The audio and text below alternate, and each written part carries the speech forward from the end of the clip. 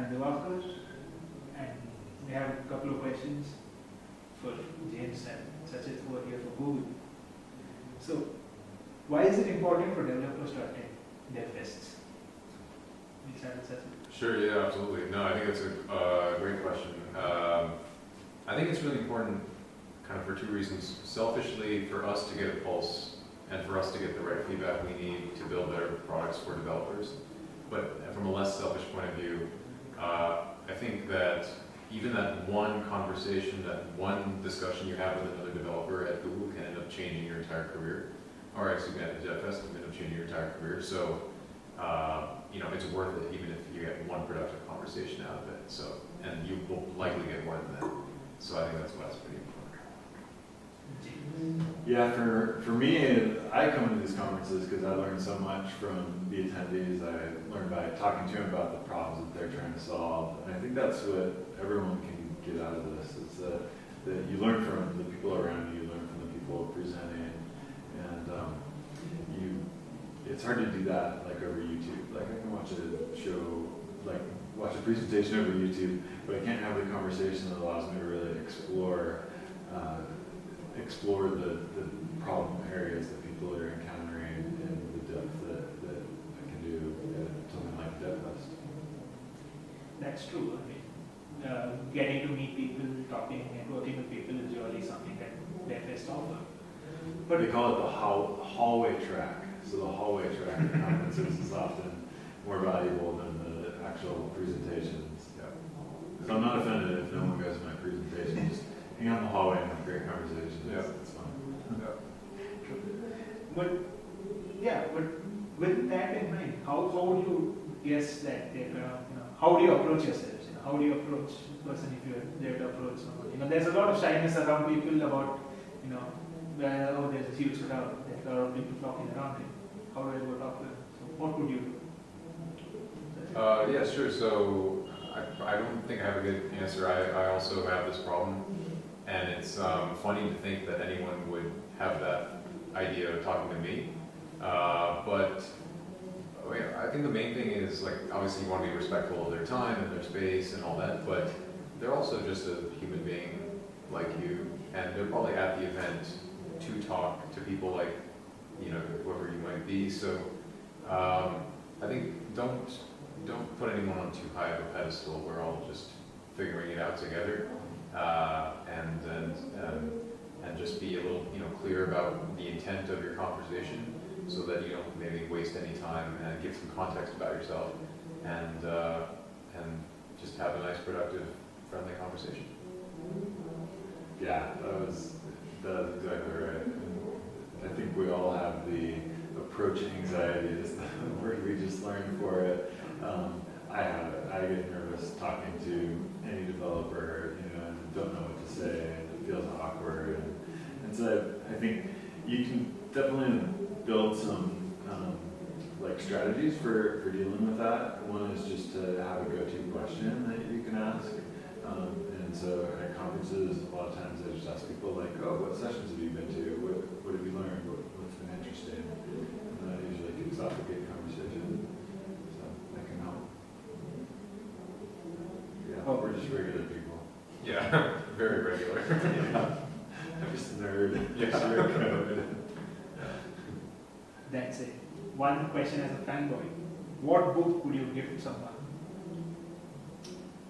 Want to start this one? Yeah, sure. I haven't read more than like 10 pages of a book in a long time, so I don't know on books, but I was thinking about some talks that I've seen recently and that I would recommend. And one that I just watched today that I loved, it's really nerdy. I've been into functional programming and like algebra, like how to apply the rules of algebra to programming, like associativity and commutativity and all that kind of stuff, and how that can help our programs be more deterministic. And so I just started watching this talk this morning called Monoids or something like that, and it goes into details on applying algebraic rules to programming. And I loved it because it was a lot of times these kinds of talks go way over my head, but this one like was like perfect for the level that I'm at in understanding this. So, so the presenter, I think his name was Lucas something. So, but I'm sure your searcher monuments, then you can find the one. So that's what I recommend.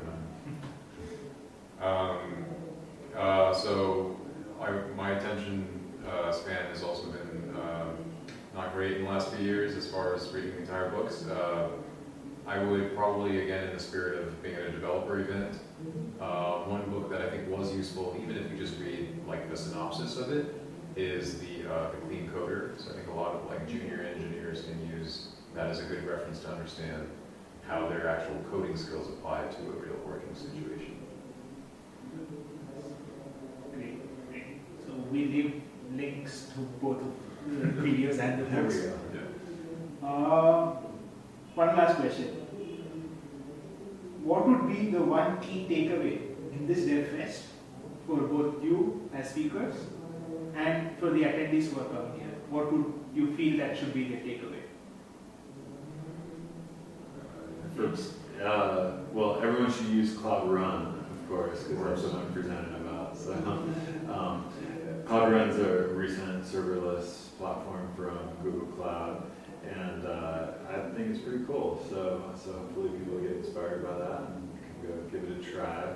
There's something called Cloud Run Button, which makes it easy to try it out and try out Cloud Run. So that'd be the takeaway, the selfish takeaway I would tell people that. Okay, your takeaway? And for me, my takeaway is always just learning more about what people are doing, the problems they have, and how to solve those problems. I've been really surprised at these DevFests, seeing how many people are doing Python. I knew that Python was definitely like growing a lot in usage, but I think it's growing faster than what I thought it was, and so that was eye-opening for me. And then to talk with people about the problems that they're solving. I've heard Django like 50 times this weekend, and I used Django a long time ago and haven't used it since then, but I probably need to come back to it and reacquaint myself with it, because it seems like it's cool and people are using it a lot. So yeah, those are my takeaways. So for me, I think it's very similar. Like these DevFests serve as really good reminders, a really good opportunity to get out of my own bubble of what problems we're actually trying to solve with my technology or some other Google Cloud technology or ML technology, what have you.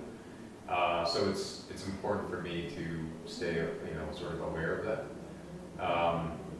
And then as far as the takeaway, I think for attendees, probably I would say,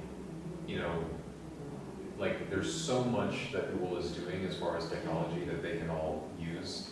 There's so many options, and to probably, I would think for them what would be important is to take a step back from the technology and think about the problems they're trying to solve, and then use what they might have learned here to solve those problems. And think specifically, like what I love about DevFest in India are the problems that people are solving here that I'm not seeing people solve in other countries because the needs are different.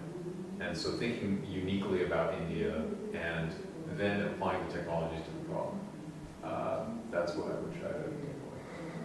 Great. Nice talking to you guys. Yeah, thank you. Hope you have a great time here. Yeah, well.